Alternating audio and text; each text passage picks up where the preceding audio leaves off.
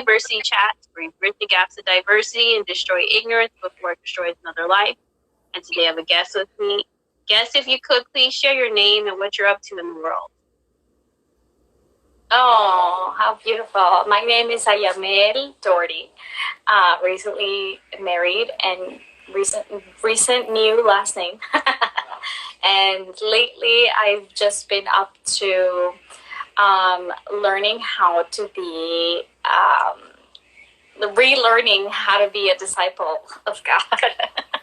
I would say because, wow, marriage is a real refining process. It really refines you. If you are single, don't do it. I'm kidding. I'm kidding.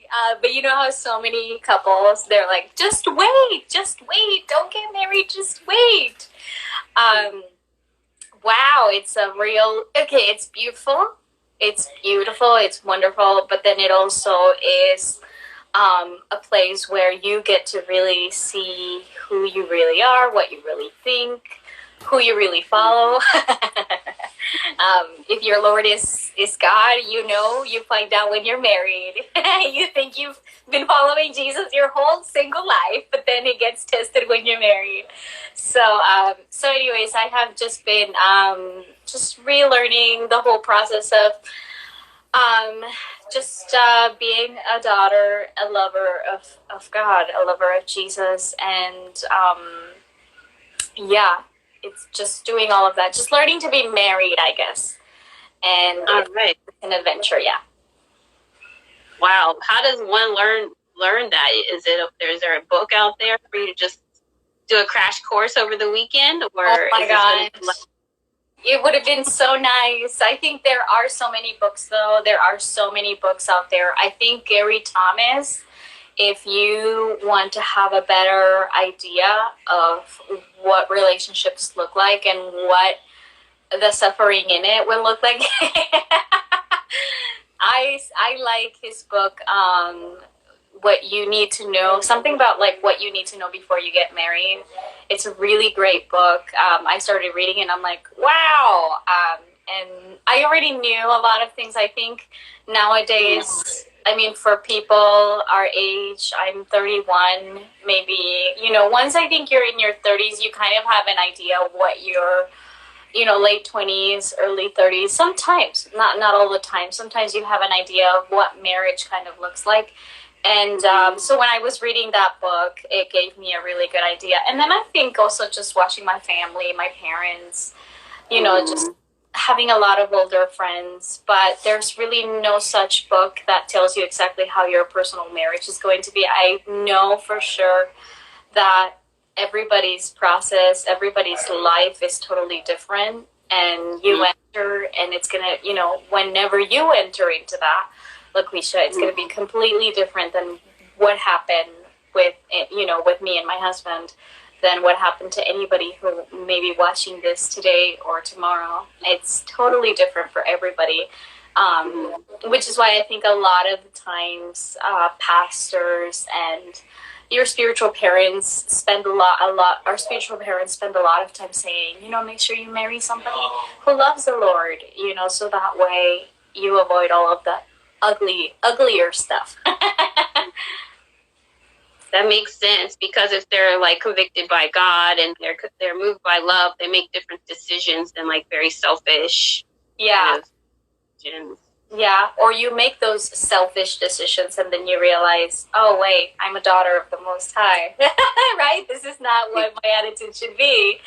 And it's great. I think for me, a lot of the realization that happened was like, okay, you're Christian, I'm Christian. I guess it's going to be perfect.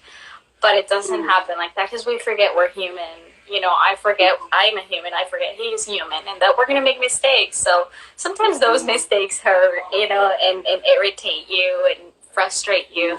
But then, coming back to God's, Jesus's mindset for you, renewing your mind is definitely the thing to do. But I think for me right now is I'm learning to find a balance between my learning how to prioritize my personal priorities, the priorities that God has, the things that God is calling me into, learning how to prioritize that, and then at the same time, have a balance between whatever I do for my husband, whatever I do for me. So I guess that's mainly what the process that I'm in right now, learning how to find a balance.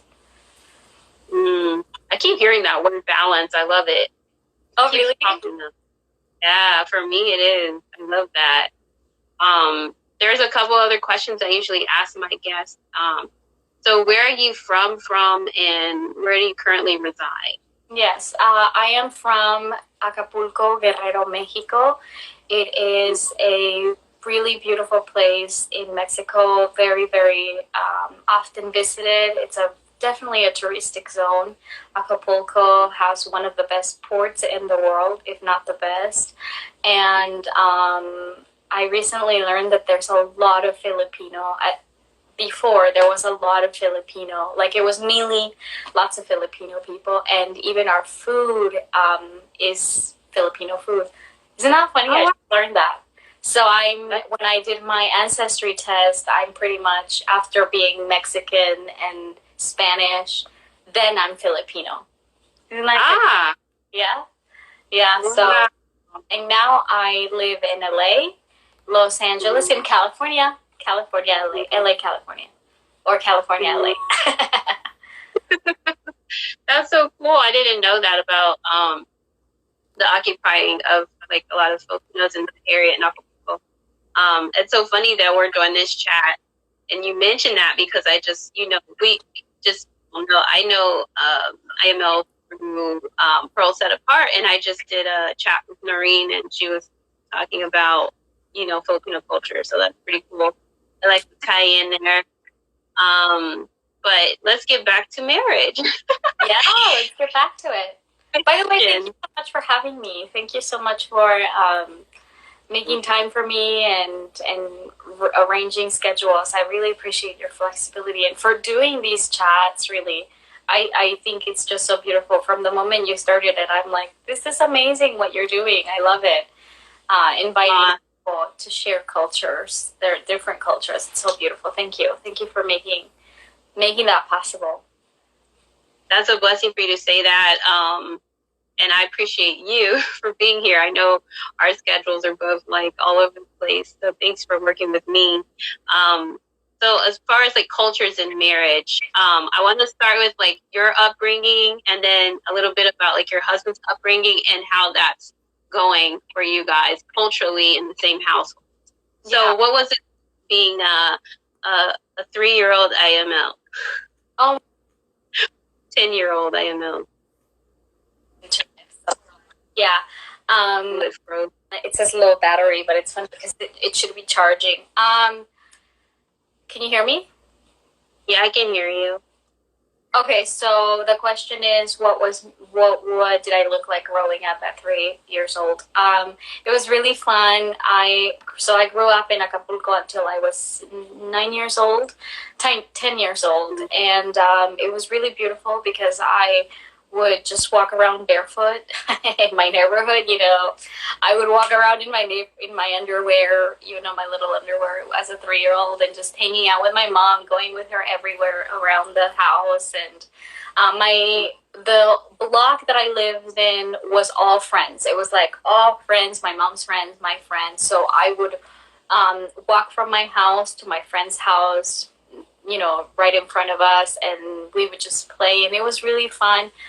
I would say very, very adventurous, my childhood. My mom there was like not a no. I didn't hear many no's from my mom. Everything was possible with her. And it was just really lively. I just remember just feeling the presence of God when I was a kid, even though we weren't actively going to church. So that was my childhood. It was really beautiful. I enjoyed my childhood very much. That's cool. I was gonna ask you, like, is it very common for most people in Mexico to be Catholic, or is it like Christian? A lot of Christians too. Yeah, so as a Mexican, I grew up in a very much Catholic culture, I would say, because there's a really specific culture. I would say, I mean, I can't talk for all of Mexico, but the majority of Mexicans are Catholics. If not, they're enculturated, if that's even a word. The culture there is mainly Catholic. So we do not, lots of them do go to the church or the masses, and they do the whole, you know, whatever rituals they do to pray and stuff. But I was raised in a cultured based, in a Catholic based culture. So we were not actively going to church and stuff, but I was in the Catholic culture. So we would have rosaries around, and I guess my mom didn't really have many statues or pictures of the Virgin Mary or many saints. So it was just one cross. We were very poor. We were very, very poor. She was a single mom, and I was the second child, and then it was my older brother at the time, so it was just us two. And she worked very hard to feed us. So yeah, it was crazy. But yeah, it was mainly just a Catholic cultured community there, and that's all we knew. Only the gatherings during the celebrations, the only the holidays. That's all we knew. Okay. That sounds like me with Christianity. Mostly, we went to church like for Easter and Christmas. Yeah. I was or anything. Yeah, as an adult, we made those decisions, right? Yeah, we definitely. Are you still Expression 58? Yeah, yeah. That's a totally different Catholicism. What is it? That's definitely different than like a Catholic church. Oh yeah, very, very much different. Expression 58 is in Glendale, and it's a non-denominational church. It's very much, almost kind of like, I feel kind of like it's a little bit charismatic. But it's just a really beautiful community. There's a little bit of everything in every church, but I love this church. It's my home church for sure. We've been there a while. That's cool. I know. I used to go, and I enjoyed going there when that was my season. You're welcome to come again whenever the church is open. I watched them online during the pandemic a couple times, so that's cool. And then I'm curious, like, for your culture, your upbringing. Well, let's say, like, how was it you transitioning to up here in North America? Like from Mexico, did you have any hardships because of the cultural differences? And if so, how did you go through that? Yeah, can you see me? With Rose. Oh yeah, I see you. Oh, can you see me? Did you hear? Yeah. I lowered it down sorry. So the upbringing or the transition here, it was a little bit hard at the beginning just because I didn't know how to speak any English at all. So my mom placed me in all English immersion classes. So I didn't have anybody speaking Spanish to me. There was my ESL instructor who also didn't speak Spanish to me, even though she knew Spanish. But we would have mentors who would take us out of class and teach us, and they would speak a little bit of Spanish to us. So I think the process of learning English was a little hard. But I think as a child, you don't really see it as hard as when you're an adult learning it.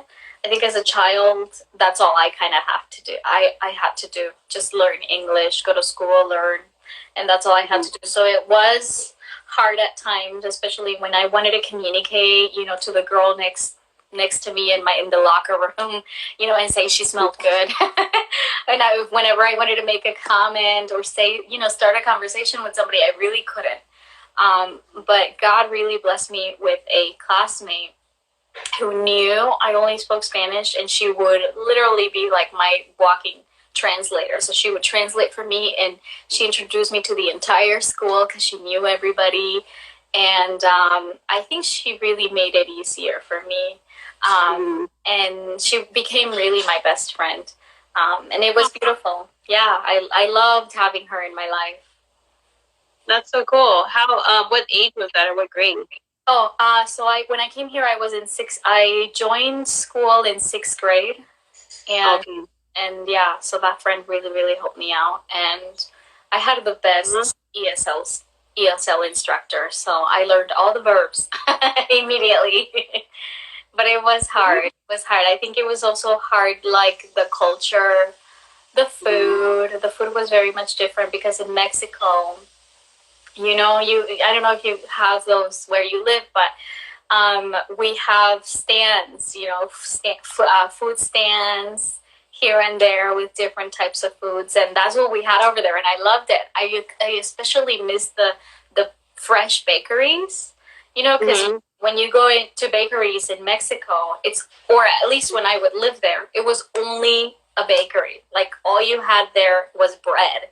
And here you go into a bakery and they have like a whole grocery. So it's not as authentic. So I really missed it. And just I felt like the genuineness of the community. I felt it different. Genuine. Yeah, I didn't feel like people were very genuine. I think because, girls my age were more they were like already teenagers and I was still like a child mentally. So the girls that were in sixth grade with me were already like looking up to, be girlfriends of the Backstreet Boys. And I was still like playing with dolls. So I felt like I had to kind of try and catch up, but I didn't really like the Backstreet Boys as much as they did.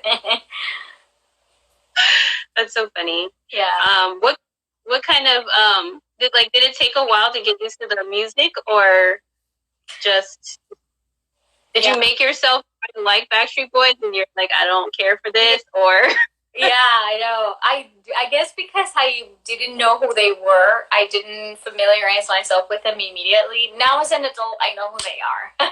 I think I got the whole Backstreet Boy thing once I was in high school. Isn't that crazy? So I started learning the songs, but I didn't really have access to much. I guess I wasn't really into the internet when I arrived here, so I wasn't really aware of who they were until much later. I would listen to my brother's music, which was like hip hop and stuff like that, and I really enjoyed music, and that's when I started I guess I continued my love for music, and just learning more. I guess I learned English through music.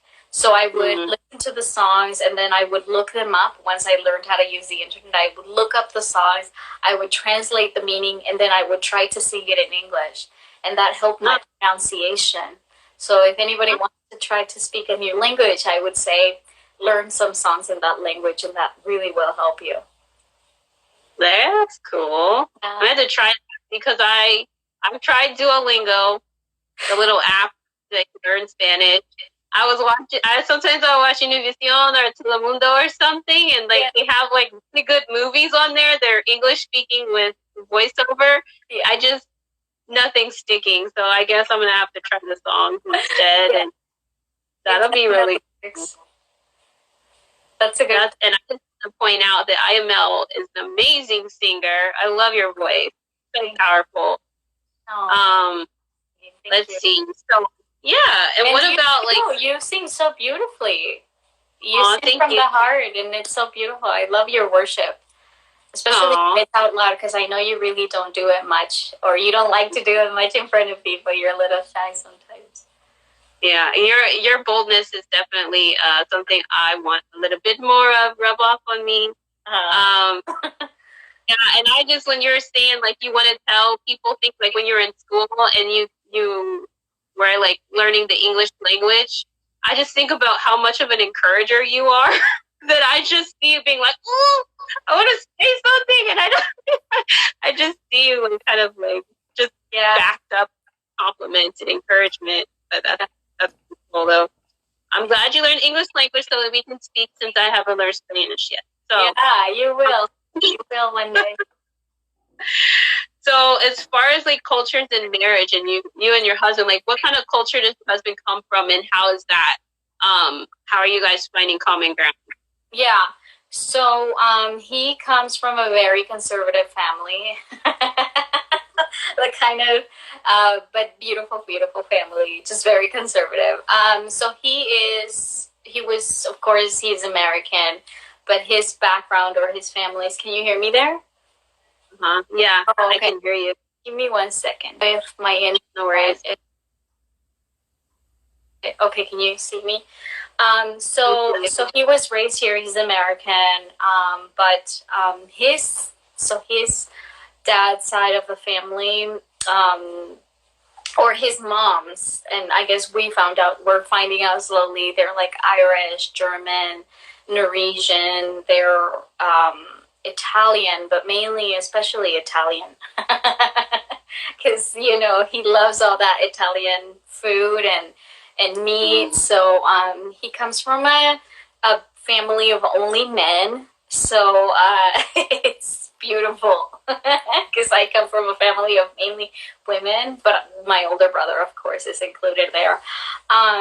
But he comes from a Christian home, also Catholic, and we attend the same church, of course, but he was raised in a very, I guess, very strict environment, very kind of, yeah, I guess the way the word to use is very conservative.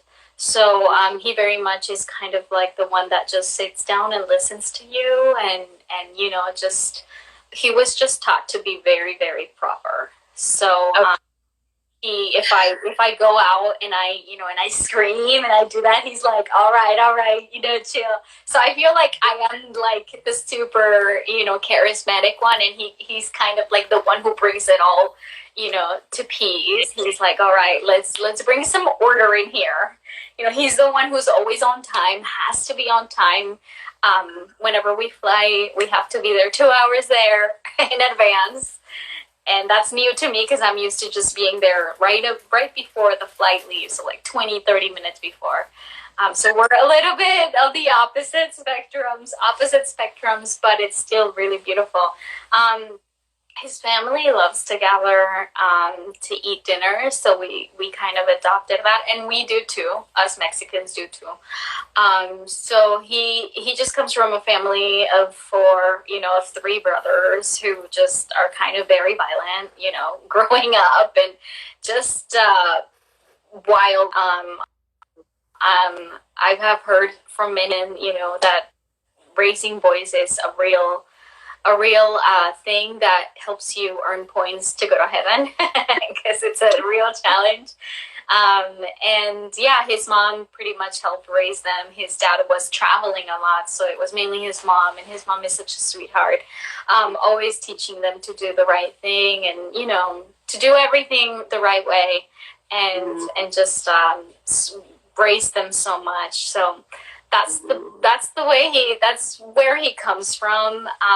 But together we're continuing to just learn more about each other and creating our own little culture. But yeah, we definitely have different places that we come from because I speak two languages and he speaks only one.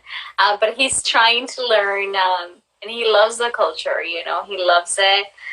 He's gonna learn how to dance in the name of Jesus.